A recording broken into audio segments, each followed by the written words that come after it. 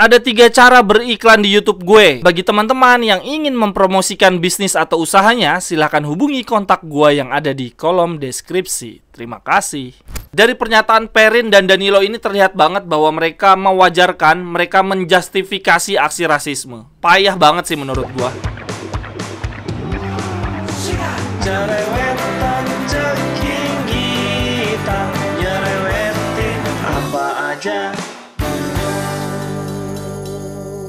Teman-teman yang sedang kalian saksikan saat ini adalah Cerewetin Intar. Apa kabar teman-teman semua? Gimana, pada ngantuk nggak? Pada nonton nggak pertandingan dini hari tadi yang penuh dengan drama? Inzaghi tidak jadi dipecat teman-teman. Dia selamat setidaknya untuk 1 atau 2 pertandingan ke depan. Dini hari tadi, penalti Lukaku menyelamatkan kita dari kekalahan di leg pertama semifinal Coppa Italia.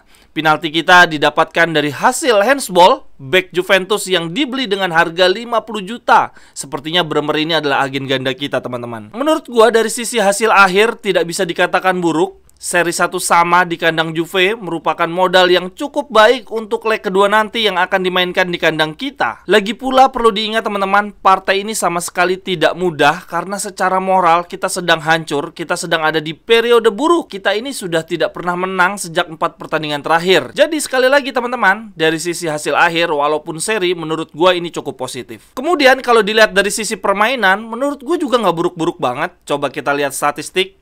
Total shot on target kita menang, bahkan Juventus cuma 3 sedangkan kita 4. Ya walaupun kita juga harus jujur ya teman-teman, shot on targetnya Juventus itu jauh lebih berbahaya, sedangkan kita shot on targetnya cenderung lemah dan tidak membahayakan gawang Juventus. Kita ada shot on goal dari Brozovic dari luar kotak penalti, tendangannya lemah aja. Seharusnya Brozo bisa shoot full power tapi dia malah milih placing, tapi placingnya juga tepat mengarah ke Perrin. Kemudian Zeko juga ada shoot dari luar kotak penalti, lemah banget. Kemudian ada tendangan bebas Di Marco, itu juga tepat mengarah ke Perrin. Jadi shot on target kita bisa dikatakan tidak berbahaya. Justru peluang kita yang finishingnya kencang, full power, itu ada 2 kali. Pertama lewat Mkhitaryan, tapi sayangnya melenceng. Kemudian ada juga melalui Di Marco, tapi sayangnya diblok dengan luar biasa oleh Bremer. Sedangkan dari sisi Juventus, shot on targetnya, gue inget banget di menit-menit awal mereka langsung dapat peluang. Untungnya bisa ditepis dengan luar biasa oleh Handanovic. Jadi untuk di pertandingan lawan Juventus hari ini, gue harus minta maaf ke Handanovic karena udah ngata-ngatain dia, sudah meremehkan dia sebelum pertandingan. Lalu dari sisi jumlah shot off targetnya sama, 6. Ball possession kita unggul jauh teman-teman, 38 berbanding 62, luar biasa. Sedangkan untuk corner Juventus lebih unggul, namun tipis saja, Juventus 4, kita 3. Dan penyelamatan kiper Juventus 3, sedangkan Inter 2. Gue punya beberapa catatan menarik teman-teman dari match dini hari tadi melawan Juventus. Catatan gue yang pertama, kita main cukup bagus, dominan, sabar. Di lini belakang menurut gue juga kita relatif solid. Tapi sayang ya, kita harus ada 1 kali error dan berujung gol. Ini kalau dilihat-lihat lagi teman-teman di tayangan ulangnya, aduh, bisa-bisanya si muka tikus Cuadrado tanpa pengawalan. Ini gue lihat-lihat letak kesalahannya ada di Gosens dan Aslani, 2 pemain yang baru aja masuk. Karena kalau dilihat dari skema bertahan kita adalah formasi 5-3-2 ya, artinya ada 3 back tengah dan 2 wing back. Nah, 3 back tengah kita saat itu adalah Bastoni, Acerbi, dan Darmian. Tapi sayangnya pada momen tersebut Darmian harus terpancing, dia ketarik keluar kotak penalti untuk ngepressing Rabiot yang tanpa pengawalan. Itu harusnya yang ngepressing Rabiot adalah Aslani, tapi sayangnya Aslani berjarak cukup jauh sehingga Rabiot bisa dengan santainya melakukan crossing ke kotak penalti. Dan sayangnya Darmian sudah terlanjur melakukan pergerakan, dia terpancing ke arah Rabiot. Alhasil pemain lain harus menyesuaikan pergerakan Darmian nih. Artinya Acerbi harus geser ke kanan mengisi posnya Darmian, Bastoni harus bergeser ke tengah mengisi posisinya Acerbi, dan Gosens harus bergeser ke posisinya Bastoni. Hal inilah yang menyebabkan Cuadrado tanpa pengawalan. Harusnya yang ngekawal Cuadrado ya Gosens. Sedangkan Aslani akhirnya out of possession, dia nggak ngawal siapa-siapa. Sebetulnya di momen tersebut Handanovic sudah berusaha sekuat tenaga ya teman-teman, sprint untuk menutup ruang tembak Cuadrado tapi gagal. Itu tadi adalah catatan yang pertama teman-teman. Sedangkan untuk catatan yang kedua, dari golnya Cuadrado, gue melihat bahwa Juventus sangat siap untuk memanfaatkan peluang sekecil apapun. Ruang tembak setipis apapun akan mereka manfaatkan. Kalau teman-teman ingat, di partai lawan Fiorentina, itu Dumfries juga mendapatkan peluang yang sama seperti Cuadrado loh. Dia ada di sisi kanan, kemudian mendapatkan ruang tembak. Tapi bedanya kalau Cuadrado shootnya kenceng banget dan mengarah ke pojok gawang Inter, si Dumfries malah nendangnya nggak kena bola. Lalu catatan yang ketiga, menurut gue Brozovic perlahan tapi pasti penampilannya mulai meningkat. Dia terlihat banget dini hari tadi mencoba untuk terus berlari, mengcover seluruh lapangan seperti biasanya. Kemudian juga terlihat dia berusaha untuk mendikte pertandingan ya, mendistribusikan bola setepat dan secepat mungkin. Tapi memang masih jauh lah dengan levelnya Brozovic yang dulu-dulu, dan masih sangat jauh juga dengan levelnya Hakan Çalhanoğlu. Tapi menurut gue setidaknya penampilan Brozo mulai meningkat. Kemudian untuk catatan yang keempat, tentu saja kejadian super janggal di pertandingan lawan Juve dini hari tadi.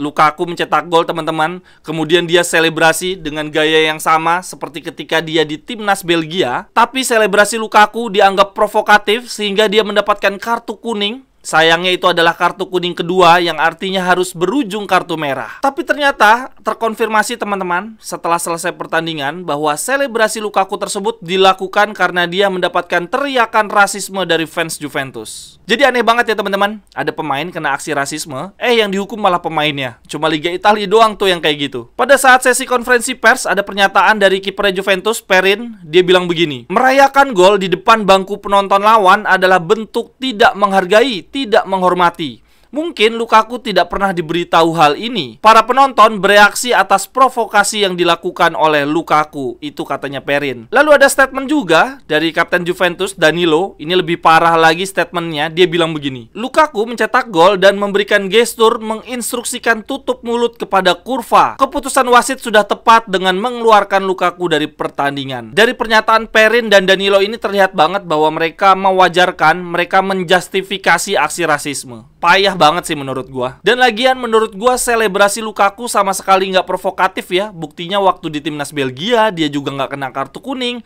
Dan dini hari tadi Lukaku itu selebrasi nggak jauh dari titik putih, teman-teman. Jadi dia habis nendang penalti, dia langsung selebrasi. Terkecuali selebrasinya Lukaku tuh dia dengan sengaja ya berlari ke arah tribunnya penontonnya Juve. Nah itu baru disebut provokasi. Nah ini Lukaku itu selebrasi di dekat titik putih. Jadi itu ya udah wajar, mau di mana lagi coba selebrasinya. Dan lagian ini kan pertandingannya di stadionnya Juventus ya, artinya mayoritas bangku penonton ya dipenuhi fans-fans Juve. Jadi di sisi manapun Lukaku selebrasi bisa-bisa dianggap sebagai bentuk provokasi ke arah tribun Juventus lah kalau kayak gitu. Lalu teman-teman, berhubung ini sudah terkonfirmasi ya, sudah banyak banget video beredar bahwa memang benar Lukaku mendapatkan yel-yel, mendapatkan teriakan rasisme, harusnya Juventus mendapatkan hukuman atau setidaknya meminta maaf. Jadi dari drama yang tersuguhkan di menit-menit akhir pertandingan lawan Juventus dini hari tadi, gue makin melihat Juventus tuh parah banget ya, teman-teman. Sudahlah mereka kalsiopoli, kemudian manipulasi laporan keuangan, sekarang kapten dan para pemainnya menjustifikasi aksi rasisme. Aduh, parah banget mentalitas Juventus. Gue jadi teringat, teman-teman, sebuah momen di tahun 2018. Saat itu di stadion, fans Inter melakukan aksi rasisme ke Koulibaly di pertandingan lawan Napoli. Nah, seketika di lapangan, kapten Inter saat itu, Icardi, langsung menenangkan Koulibaly supaya tidak terpancing emosi. Dan begitu selesai pertandingan, manajemen Inter langsung menyampaikan permintaan maaf secara resmi. Emang beda banget deh levelnya Inter dan Juventus. Oh iya teman-teman, selain Lukaku yang kena kartu merah, ada Handanovic dan Cuadrado juga. Ini drama lanjutan. Handa sepertinya menegur selebrasi yang dilakukan Cuadrado ya, dancing yang sangat menyebalkan itu.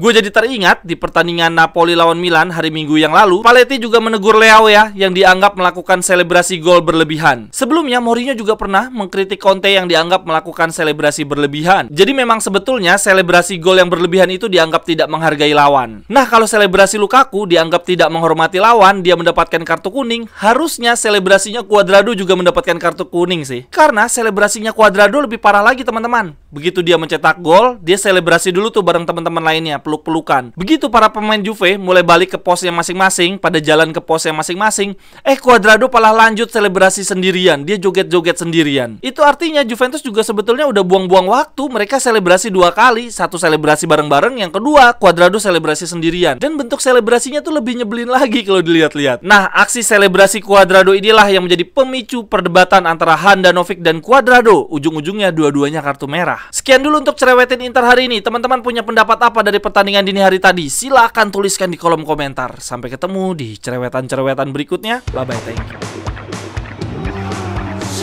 Cerewet